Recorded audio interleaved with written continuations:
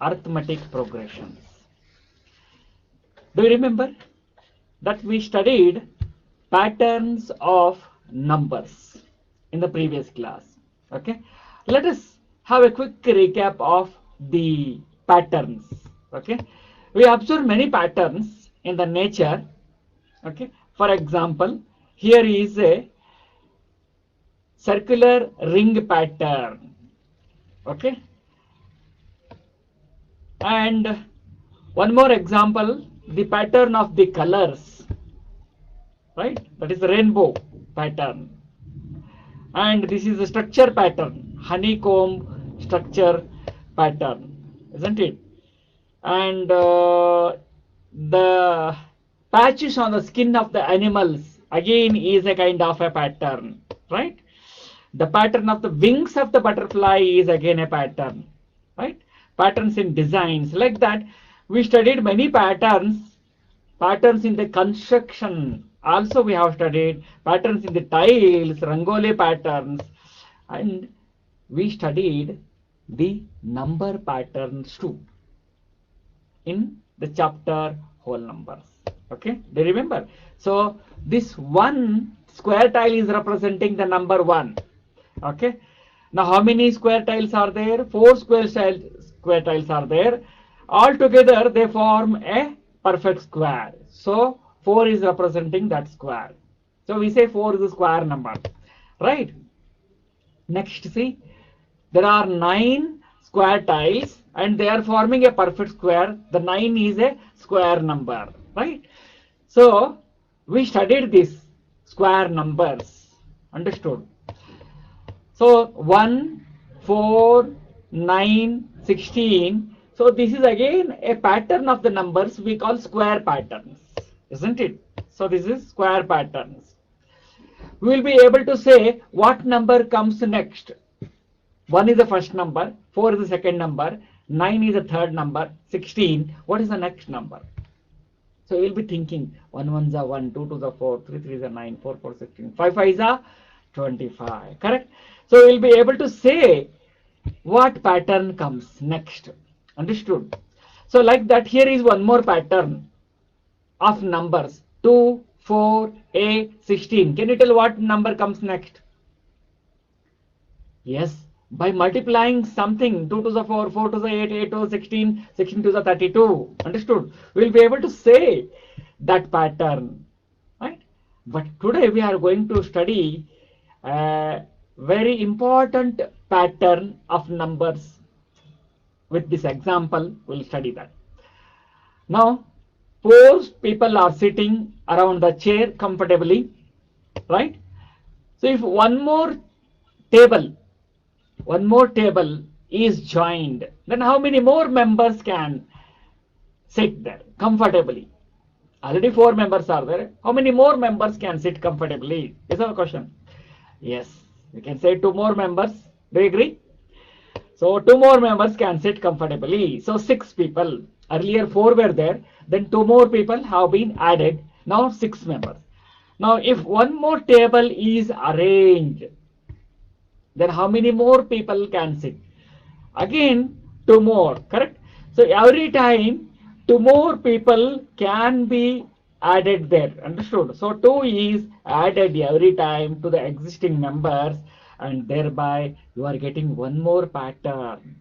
4, 6, 8, 10, and you will be able to say the next number. If one more table is arranged, then 12 members can sit comfortably. If one more table is arranged, then 14 members can sit comfortably, isn't it? So like that, we will be able to say what number comes next. But this is very special pattern where we are getting the next number by adding some fixed number to the previous number. This is a pattern that we are going to learn today. So these are all patterns having some definite rule, right? Some rules are there, right? So patterns, number patterns can be formed by arranging the numbers in a particular way. So that means there is some rule. And based on that rule, we will be able to find out what number comes next. So here the rule is increasing the previous number by 2 so that you get the next number. Understood? So such a pattern is called arithmetic progression.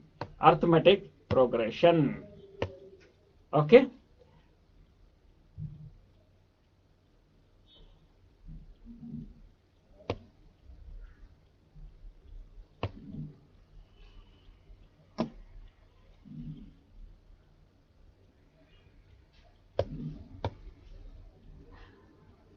Now here is another example of arithmetic progression. Now 5 people are there. They are going to form one pyramid. Next 4 members. Next again 3 members. Next again 2 members and 1 last. No more members further, correct? So this is again a pattern where we are getting the numbers by reducing 1 from the previous one. Understood? And this is a limited pattern, correct? So the numbers are limited. After the 1, then there are no more numbers, right? So 5 on decreasing 4, 1, you will get 4. 4 on decreasing 1, you get 3. 3 on decreasing 1, you get 2. So 2 minus 1, 1. Then 1 minus 1, 0. So you can say 0, it can be the next number where there are no people. But if you consider a mathematics, you can again write the numbers below 0, minus 1, minus 2, minus 3, minus 4. At the time, this number pattern becomes infinite. Now it is finite. Okay.